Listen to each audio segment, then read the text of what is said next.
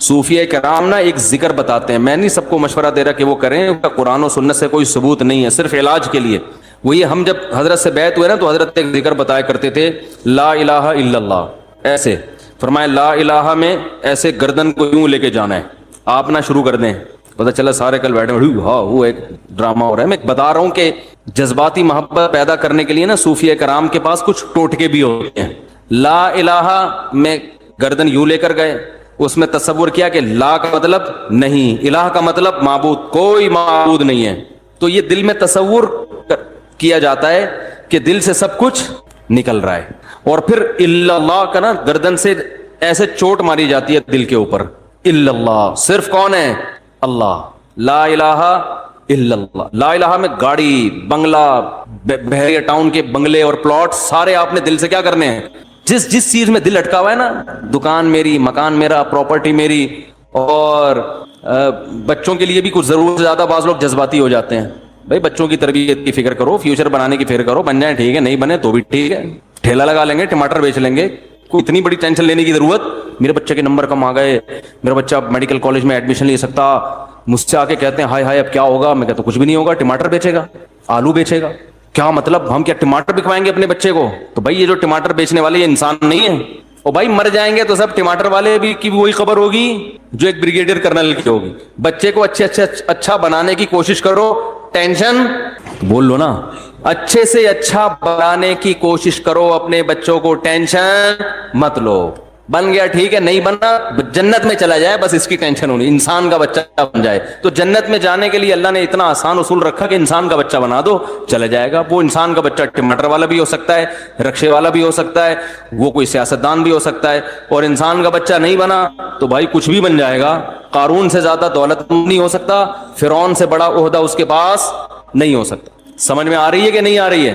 تو انسان بنانے پر زیادہ فوکس کرو, اور اس میں بھی شریعت نے کہا اعتدال سے انسان بنانے کی بھی کوشش کرو. ضروری نہیں کہ انسان کا بچہ بھی بنے. ہم نے بڑے بڑے علماء کو دیکھا ہے بہت محنت کی بچوں پہ, بچے بگڑ گئے.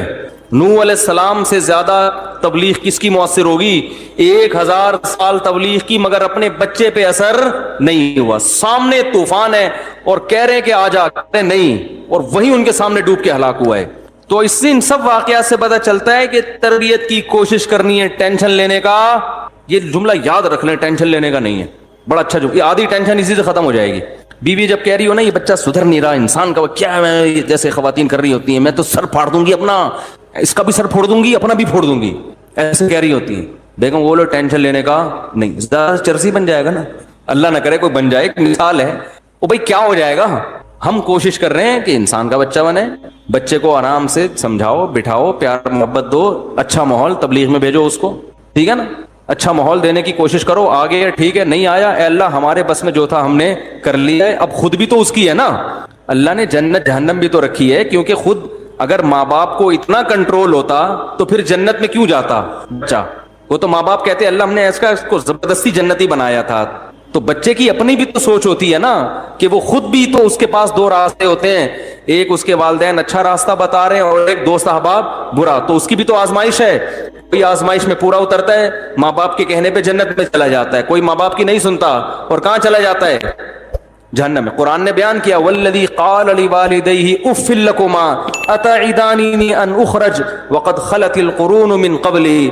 قرآن نے بیان کیا ایسی بدبخت اولادیں بھی ہیں کہ والدین مسلمان ہیں, سمجھا رہے ہیں کہ ہمارے تجھ پر احسانات ہیں, مان لے, سیدھے راستے پہ آ جا.